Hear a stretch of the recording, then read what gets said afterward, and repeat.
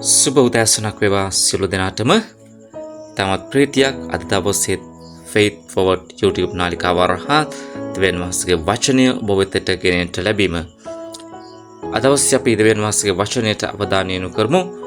උපති පොතේ 19 වෙනි පරිච්ඡේදයේ 15 වෙනි පදයේ සිට 17 වෙනි පදය දක්වා.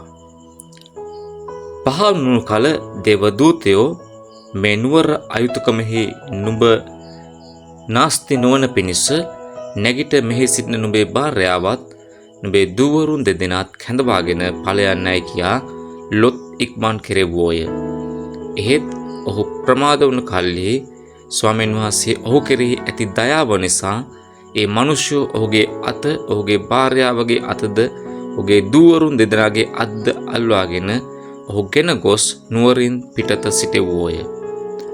ඔවුන් පිටතට ගෙනා කල්හි උන්වහන්සේ කතා කොට නුඹේ ප්‍රාණය ගලවා ගන්නා පිණිස දුආපන්න ආපසු නොබලන්න සමභූමියේ කොතැනකවත් නැවතී නොසිටින්න නාස්ති නොවන පිණිස කන්දට දුආපන්නයි කීසේක.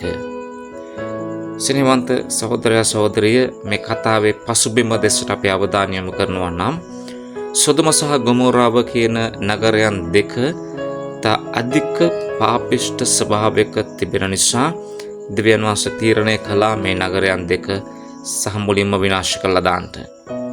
ඒ විනාශයට ප්‍රථමයෙන් දෙවියන් වහන්සේගේ මනුෂ්‍යයන් වූ ලොත් සහ භාර්යාව ඔවුන්ගේ දරුවන්ව ඒ නගරයෙන් පිටතට එන්ට දෙවියන් වහන්සේ උන්ට අවස්ථාවක් දෙනවා.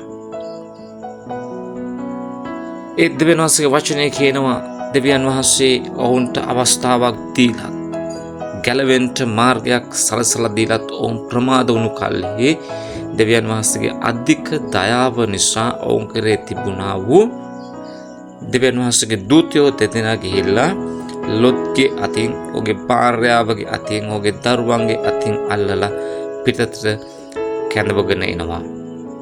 ස්නේහවන්තය ඔබත් මාත් දවසක හිටියා විනාශයට නියමිලා තිබුණු ලෝකයක.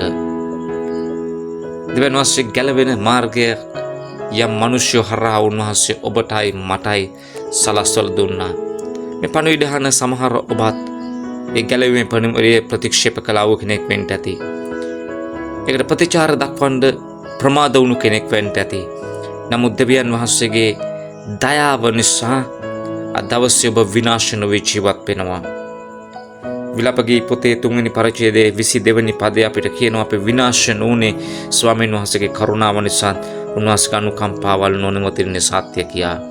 අද දවසේ ඔබ ඇදහිල්ල තුල රැඳිලා සිටින්නේ ඔබ විනාශ නොවුනේ දෙවියන් වහන්සේගේ කරුණාව නිසායි. ගැලවීමේ මාර්ගයට ඔබ එළඹිලා තිබෙන්නේ දෙවියන් වහන්සේගේ කරුණාව අනුග්‍රහය නිසායි.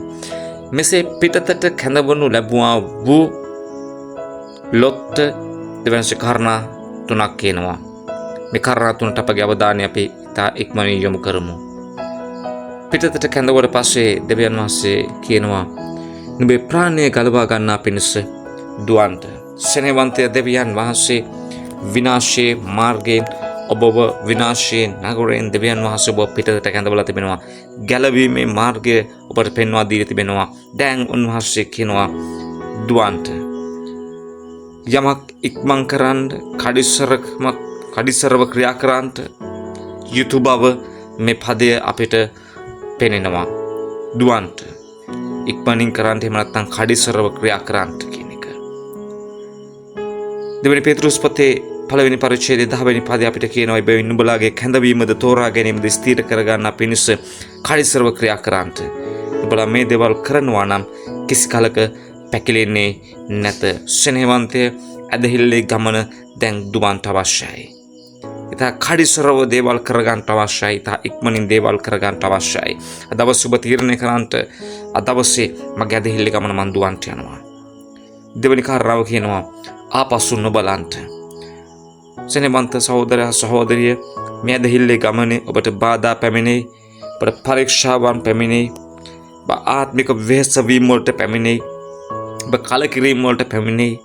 ඔබගේ සමීපතමයන් විශ්වාසයේ කඩ කරයි. සිත් වේදනා හටගනී. මෙවැනි දේවල් හමුවේ ආපසු නොබලන්ට. ලෝකතුමාගේ සුභාරංචියේ 9 වෙනි පරිච්ඡේදයේ 62 වෙනි පදය අපිට කියනවා නගුලට අතගස්සලා ආපසු නොබැලිය යුතු බව. පිලිපොතේ 3 වෙනි පරිච්ඡේදයේ 13 වෙනි පදයේ පවුල්තුමා අපිට පෙන්නනවා ඉස්සරහ තිබෙන ඒවා දෙස්සම බලාගෙන දුවන්ට අවශ්‍ය බව. සෙනෙහවන්තය පළවෙනි දේ දුවන්ට. දෙවැනි දේ ආපසු නොබලන්ට. මේ ඇදහිල්ලේ ගමනේ ආපසු බැලීමක් නෑ, ඉදිරියට යාමක් පමණයි තිබෙන්නේ. තුන්වෙනි දේ කතා කරනවා සමභූමියේ කොතැනකවත් නැවතී නොසිටින්ට. සමභූමිය නොල නතර වෙන්න එපා. එය සුව පහසු ස්ථානයක් වෙන්න පුළුවන්. ඒක ආරක්ෂිත ස්ථානයක් වගේ හැඟෙන්න පුළුවන්. නමුත් ඒක අවදානම් ස්ථානයක්. ආත්මික මධ්‍යස්ථ භාවය ඉතාමත් අවදානම්. එළිදරව් පොතේ 3 වෙනි පරිච්ඡේදයේ 15 වෙනි පදය සහ 16 වෙනි පදය අපිට පෙන්නනවා නුඹ උණුසුම හෝ සීතලව නැති නිසා මම නුඹව වමාරනවායි කියලා.